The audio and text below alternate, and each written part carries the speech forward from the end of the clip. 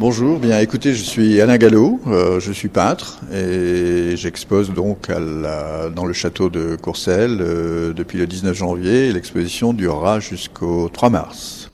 Alors vous pouvez peut-être nous dire un petit peu par quel parcours on en arrive ici à exposer au château de Courcelles. Eh bien, je peins depuis 20 ans, je ne fais plus que ça, et régulièrement, je présente des dossiers dans des lieux institutionnels pour obtenir des expositions. Donc, pour le château de Courcelles, j'ai présenté un dossier il y a 2 ans et demi, et puis il a fini par être sélectionné, et du coup, j'ai la chance de pouvoir présenter dans ce cadre magnifique. Alors, qu'est-ce que vous présentez là, et quel est un petit peu votre parcours artistique ? Alors mon parcours, ça a été un travail par série successive. J'ai toujours peint par série et depuis 4 ans, je travaille sur le même thème qui est le mot. Je travaille sur la résonance du mot en moi et j'essaye de le traduire de manière non figurative sur des tableaux, souvent des grands formats comme celui qui est derrière moi, qui raconte la vie de James Cook, qui était un navigateur anglais du XVIIIe siècle. Et donc voilà, donc par séries successives, j'ai essayé de faire avancer ma peinture. Mon parcours est constitué de cette façon-là. Alors, il y a au niveau de l'exposition, il y a un parcours particulier. On peut prendre un peu n'importe où votre travail. Eh bien, ici, il y a 8 pièces. Donc, on peut suivre de façon logique le cheminement, mais on peut passer plus de temps, évidemment, devant un tableau ou l'autre. Il n'y a pas il n'y a pas un chemin d'exposition. On peut déambuler comme on veut. C'est simplement une présentation des tableaux, soit par thème, comme ici dans cette pièce, il n'y a que de la géographie, on va dire. Il y a 2 fleuves, le Zambèze et l'Orénoque. Il y a James Cook, il y a un petit paysage. Donc voilà, on va dire que ici c'est une pièce géographique, mais dans la pièce à côté, il y a des mots totalement différents. Il y a parfois des personnages aussi, comme Louise, qui est Louise Bourgeois, Lorenzo, qui est Saint-Laurent. Donc vous voyez, au fil des pièces, vous pouvez trouver des sujets extrêmement divers, puisque j'ai exploré des mots très différents. Par exemple, l'enfance, j'ai essayé de peindre l'enfance d'une façon comme un enfant. Et à côté, il y a un tableau qui s'appelle Olvidada, qui veut dire, en espagnol, cela veut dire oublier, et c'est un tableau sur la maladie d'Alzheimer. Donc je les ai mis tous les deux en contrepoint, et ils se répondent comme les 2 extrémités de la vie, quoi. Alors, le choix des mots, c'est l'actualité, c'est des faits marquants ou des lieux marquants ? Ça peut être des faits marquants, ça peut être ma conversation avec vous, où il y a un mot qui va me titiller, je vais le noter sur un bout de papier, et puis 2 mois plus tard, peut-être, dans mon atelier, je me dis, tiens, je vais reprendre ce mot, je vais essayer de voir si sa résonance en moi, je peux la peindre.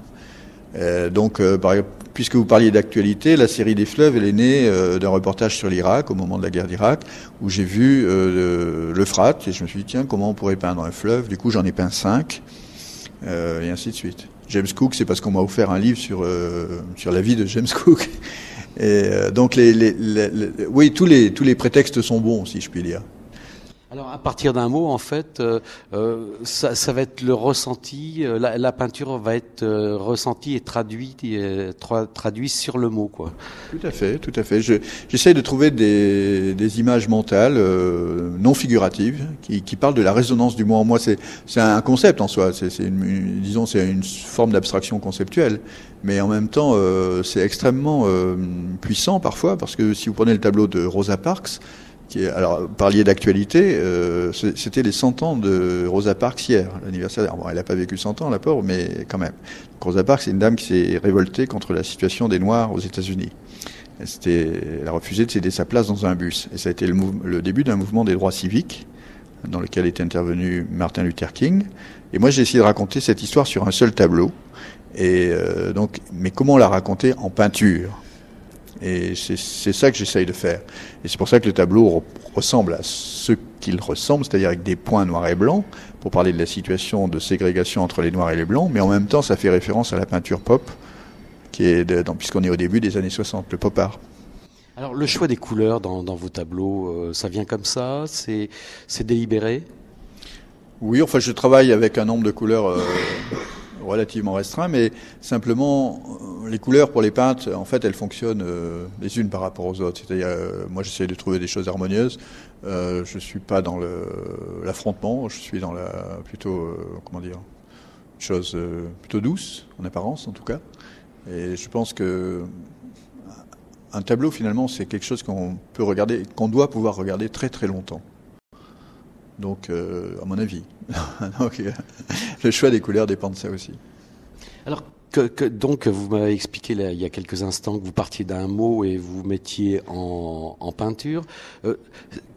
Ça prend du temps. Dans quel type de lieu vous travaillez? Toujours dans le même, un atelier? Oui, j'ai un atelier qui fait en gros 25 mètres carrés, qui est à Metz, et dans lequel je travaille du lundi au samedi, généralement, pas mal d'heures quand même. Je suis partisan, moi, il y a un grand peintre que vous connaissez sans doute qui s'appelait Zawuki, qui est encore vivant, mais bon, il est très vieux, qui dit la respiration plutôt que l'inspiration. Moi, je serais plutôt partisan de ça. C'est-à-dire, je me dis qu'en y allant tous les jours, il se passe quelque chose. La vision romantique de l'artiste qui se réveille en pleine nuit et qui note des trucs sur un bout de papier, personnellement, ça ne m'arrive pas, quoi. Voilà. Donc c'est la fréquentation de l'atelier quotidiennement qui fabrique petit à petit les tableaux et un style et une façon de travailler. Et voilà. Alors ce lieu ici du château de Courcelles, c'est un lieu qui s'adapte à votre peinture. Vous aimez le résultat? Oui, c'est une des plus belles expositions qui m'était proposée. C'est vraiment un lieu magique parce qu'il y a beaucoup de hauteur sous plafond. Il y a une très belle lumière. Les murs sont unis, c'est simple, enfin vraiment, mis à part le grand salon de musique qui est classé et pour lequel on a des difficultés à accrocher, puisque c'est pour ça qu'on a posé les toiles sur des chevalets, tout le reste c'est absolument magnifique, quoi. Et puis l'éclairage a été refait, donc les tableaux sont bien éclairés, vraiment les conditions d'exposition sont exceptionnelles. Alors le choix, parce qu'il a fallu que vous choisissiez dans votre atelier certaines toiles plus que d'autres, comment il a été fait ce choix ? Alors, il a été fait en partie par moi. J'ai proposé un certain nombre de tableaux à Madame Sari, qui est l'adjointe à la culture de cette ville, et ainsi qu'à deux autres personnes qui étaient présentes, Madame Thomas et Madame Soulier. Et puis, d'une façon commune, déjà, on a arrêté le tableau qui servirait pour l'affiche, l'invitation et la couverture du catalogue. Et par ailleurs, on a sélectionné des tableaux, effectivement, pour l'exposition. Mais disons qu'on est assez facilement tombé d'accord sur ce que je voulais présenter. De toute façon, il faut se dire, c'est absolument pas une rétrospective. La plus de la moitié des toiles ont été peintes en 2012. Et je rappelle que l'exposition a commencé le 19 janvier 2013. Donc j'ai vraiment peint pour cette exposition pendant des mois et des mois pour être au rendez-vous. Vous êtes très productif ? Ça dépend par rapport à oui, je peux dire ça.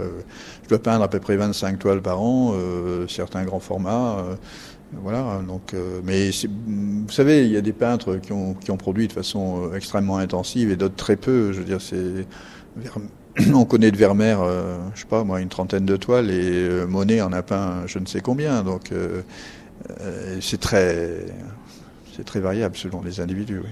Alors, vous avez d'autres rendez-vous au cours de l'année 2013 ?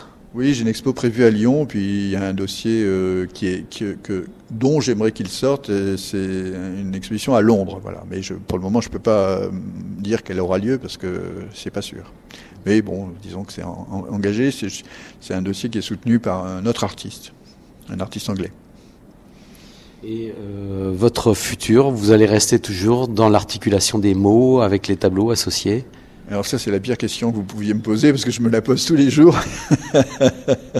Et donc, d'un côté, c'est extrêmement tentant parce qu'il y a un champ de peinture immense et dans lequel je me sens bien parce que peu de gens ont exploré cette direction. Et en même temps, il y a des choses dont j'ai envie de parler dans ma peinture avec tout ce que j'ai appris au fil de ces 20 ans uniquement consacrés à la peinture. Des choses qui seraient par exemple des paysages de mon enfance. J'ai vécu à la Guadeloupe et de reparler de tout ça. J'en ai déjà parlé dans d'autres séries parce que j'ai fait des séries sur les volcans, sur les fonds sous-marins, ainsi de suite. Mais je voudrais revoir les choses. Donc je m'interroge effectivement pour la suite à faire ça ou bien continuer les mots, mais peut-être les deux aussi. On va vous dire à bientôt. Il y a un lieu, autrement, on peut vous retrouver pour ceux qui n'auront pas la chance de vous voir ici à Montigny-lès-Metz. Alors écoutez, oui, ils peuvent venir me rendre visite pour les gens du coin à mon atelier, bien sûr. Et pour me retrouver, c'est facile, vous tapez mon nom sur Internet. J'ai un site et j'ai également un blog. Certains entretiennent une maîtresse, moi j'entretiens un blog, donc Donc voilà, vous pouvez retrouver mon actualité et puis mes tableaux et une partie de mon parcours sur Internet. Voilà. Écoutez, on va vous remercier. C'est moi. À bientôt. À bientôt. Merci beaucoup.